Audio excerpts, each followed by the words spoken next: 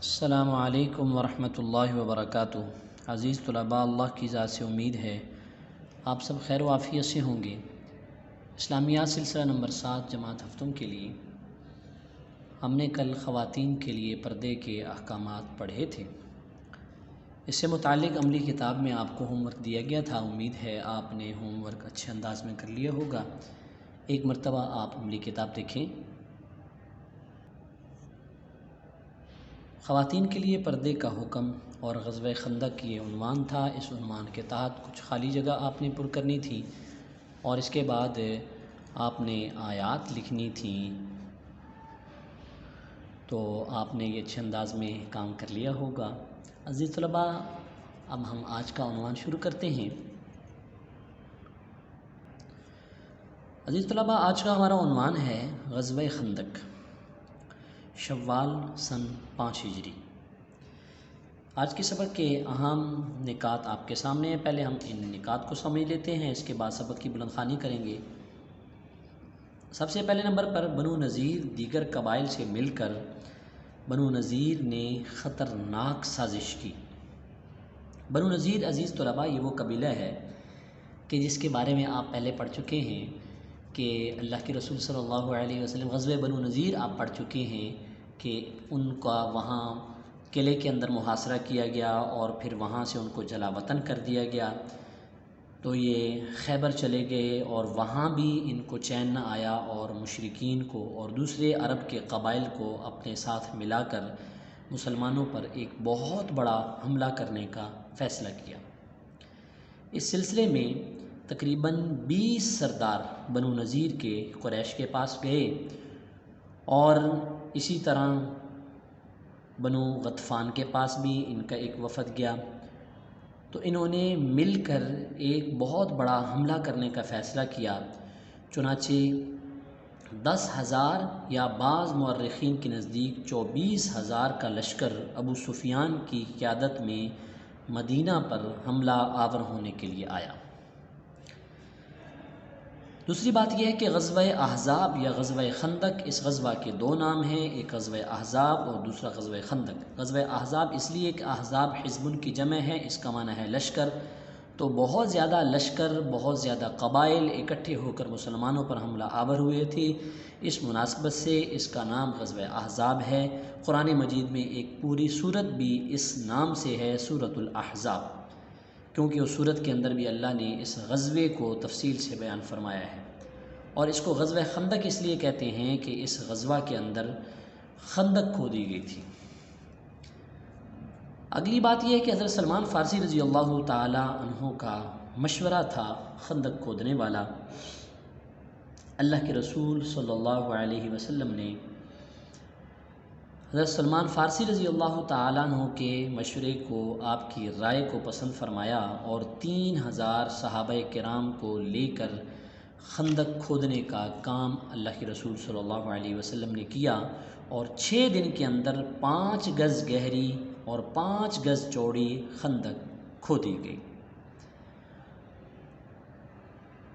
اس موقع پر صحابہ کرام سخت افاقے میں تھے، آپ صلی اللہ علیہ وسلم بھی افاقے میں تھے۔ صحابہ نے بھوک کی شکایت کی اور اپنے پیٹوں پر پتھر باندھے ہوئے دکھائے، تو اللہ کے رسول صلی اللہ علیہ وسلم نے بھی اپنے پیٹ پر، صحابہ نے ایک ایک پتھر دکھایا تو اللہ کے رسول نے 2 پتھر یا ایک روایت کے مطابق 3 پتھر آپ صلی اللہ علیہ وسلم نے پیٹ پر باندھے ہوئے دکھائے۔ عزیز طلباء، کفار کا مدینہ پر سخت قسم کا حملہ ہوا اور انہوں نے مدینہ کا محاصرہ کر لیا۔ ان کے علم میں نہیں تھا کہ مسلمانوں نے خندق کھودی ہوئی ہے۔ بہت سنگ باری کی، پتھر برسائے، تمام حربے کیے۔ بالآخر اللہ رب الجلال نے مسلمانوں کو فتح عطا فرمائی اور کافروں کو وہاں سے اللہ نے بھگایا۔ تو مسلمانوں کی اس پریشان حالی کا منظر اللہ نے قرآن مجید کے اندر سورۃ الاحزاب میں بیان کیا ہے، جس کی تفصیل آپ بلند خوانی کے دوران آیت بھی اور اس کا ترجمہ بھی آپ پڑھیں گے۔ عزیز طلباء، اب ہم سبق کی بلند خوانی کرتے ہیں، اس کے بعد عملی کتاب دیکھیں گے۔ غزوہ خندق شوال سن 5 ہجری 4 ہجری کے واقعات میں آپ نے پڑھا کہ حضرت صلی اللہ علیہ وسلم نے یہودیوں کے ایک اہم قبیلے بنو نذیر کو مدینہ سے جلا وطن کر دیا تھا اور وہ خیبر کے مقام پر جا کر آباد ہو گئے تھے، لیکن ان کے اندر انتقام کی آگ بھڑک رہی تھی، چنانچہ خیبر جا کر بھی وہ چین سے نہ بیٹھے بلکہ اسلام اور پیغمبر اسلام صلی اللہ علیہ وسلم کے خلاف نئی نئی سازشوں میں مصروف ہو گئے۔ یہودیوں کا یہی ایک قبیلہ نہ تھا بلکہ اور بھی قبائل تھے، وہ سب بھی ان سازشوں میں شامل ہو گئے۔ نیز انہوں نے اسلام دشمنی کا جو محاذ بنا رکھا تھا، اس میں انہوں نے قبائل عرب اور قریش مکہ کو بھی اپنے ساتھ ملا لیا تھا۔ خطرناک سازش۔ اس مقصد کے لیے بنو نذیر کے تقریباً 20 سردار مکہ میں قریش کے پاس گئے اور انہیں اس بات پر تیار کر لیا کہ تم حملہ کرو، ہم تمہاری پوری امداد کریں گے۔ پھر یہ وفد بنو غطفان کے پاس گیا اور قریش کی طرح ان کو بھی جنگ کے لیے تیار کر لیا۔ اسی طرح دیگر قبائل میں گھوم پھر کر انہوں نے ایک بڑی فوج تیار کر لی کہ اب محمد صلی اللہ علیہ وسلم اور ان کے ساتھیوں کا خاتمہ کر کے ہی رہیں گے۔ قصہ مختصر 10,000 اور بعض مورخین کے نزدیک 24,000 کا لشکر ابو سفیان کی قیادت میں مدینہ پر حملہ آور ہوا اور غزوہ خندق کا عظیم معرکہ پیش آیا۔ غزوہ خندق یا غزوہ احزاب، یہ دراصل ایک ہی غزوہ کے دو نام ہیں۔ اس کو غزوہ خندق اس لیے کہا جاتا ہے کہ اس جنگ میں مسلمانوں نے اپنے دفاع کے لیے خندق کھودی تھی، جبکہ احزاب کے معنی ہے جماعتیں۔ چونکہ اس غزوہ میں تمام کفار نے مل کر مدینہ پر چڑھائی کی تھی، لہٰذا اسے غزوہ احزاب بھی کہا جاتا ہے۔ قرآن کریم کی ایک سورت کا نام اسی مناسبت سے احزاب ہے، جس میں اسی غزوہ کا ذکر ہے۔ حضرت سلمان فارسی رضی اللہ تعالیٰ عنہ کا خندق کھودنے کا مشورہ جب حضرت صلی اللہ علیہ وسلم کے علم میں یہ بات آئی کہ ابو سفیان کی کمان میں اتنی بڑی تعداد میں دشمن مسلمانوں پر حملہ کرنے کے لیے آ رہے ہیں، تو آپ صلی اللہ علیہ وسلم نے صحابہ کرام سے مشاورت فرمائی۔ حضرت سلمان فارسی رضی اللہ تعالیٰ عنہ نے عرض کیا کہ کفار کا مقابلہ خندقیں کھود کر کیا جائے۔ حضور صلی اللہ علیہ وسلم نے حضرت سلمان فارسی رضی اللہ تعالیٰ عنہ کی رائے کو پسند فرماتے ہوئے 3,000 صحابہ کے ساتھ خندق کھودنے کے کام کا آغاز کیا، اور یوں سخت محنت کے بعد 6 دن میں 5 گز گہری اور 5 گز چوڑی خندق تیار ہو گئی۔ حضور صلی اللہ علیہ وسلم فاقے کی حالت میں۔ حالات بہت سخت تھے، کھانے کو کچھ نہ تھا، بھوک کے مارے کلیجہ منہ کو آتا تھا۔ انہی حالات میں کچھ صحابہ حضور صلی اللہ علیہ وسلم کی خدمت میں حاضر ہوئے اور بھوک کی شکایت کی اور اپنے اپنے پیٹوں پر بندھا ہوا ایک ایک پتھر دکھایا۔ اس پر رسول اللہ صلی اللہ علیہ وسلم نے کپڑا ہٹا کر اپنا پیٹ مبارک دکھایا تو آپ صلی اللہ علیہ وسلم کے پیٹ پر 2 پتھر بندھے ہوئے تھے۔ بعض روایات میں ہے کہ 3 پتھر بندھے ہوئے تھے اور آپ صلی اللہ علیہ وسلم 3 دن سے فاقے کی حالت میں تھے۔ حضور صلی اللہ علیہ وسلم کا پتھر کی چٹان کو توڑنا۔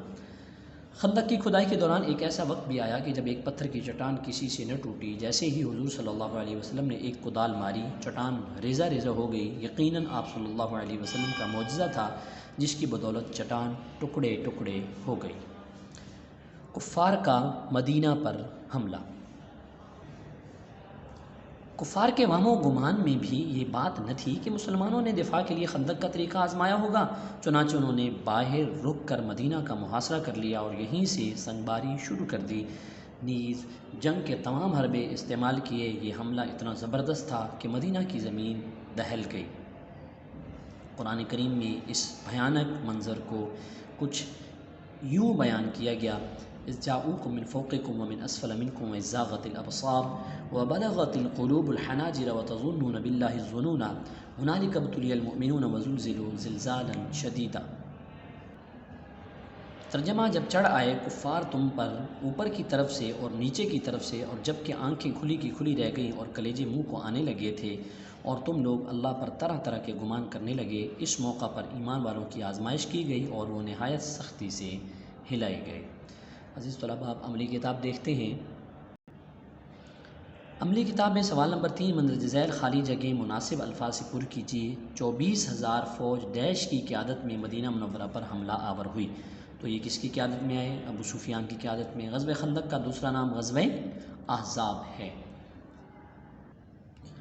حضرت صلی اللہ علیہ وسلم نے حضرت ڈیش کے مشورے پر خندق کھودنے کا حکم دیا۔ پڑھ چکے ہیں حضرت سلمان فارسی رضی اللہ تعالیٰ عنہ سوال نمبر 4 ہے 6 دن میں ڈیش گز گہری اور ڈیش گز چوڑی 5 گز گہری اور 5 گز چوڑی خندق تیار ہو گئی۔ اس کے بعد آگے نمبر 7 اور 8، یہ 5 اور 6 جو ہے یہ کل والے سبق کے اندر ہم پڑھیں گے، اس میں سے یہ خالی جگہ ہیں۔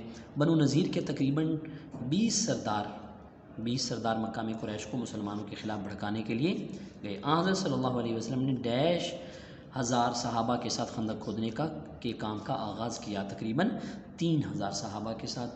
تو عزیز طلباء، یہ آپ کا کام ہے، آپ نے اس کو اچھے انداز میں یاد کرنے ہیں اور آپ نے اس کو لکھ بھی لینا ہے۔ اگلے سبق تک اجازت چاہتا ہوں، اللہ آپ کا حامی و ناصر ہو۔ السلام علیکم ورحمۃ اللہ وبرکاتہ۔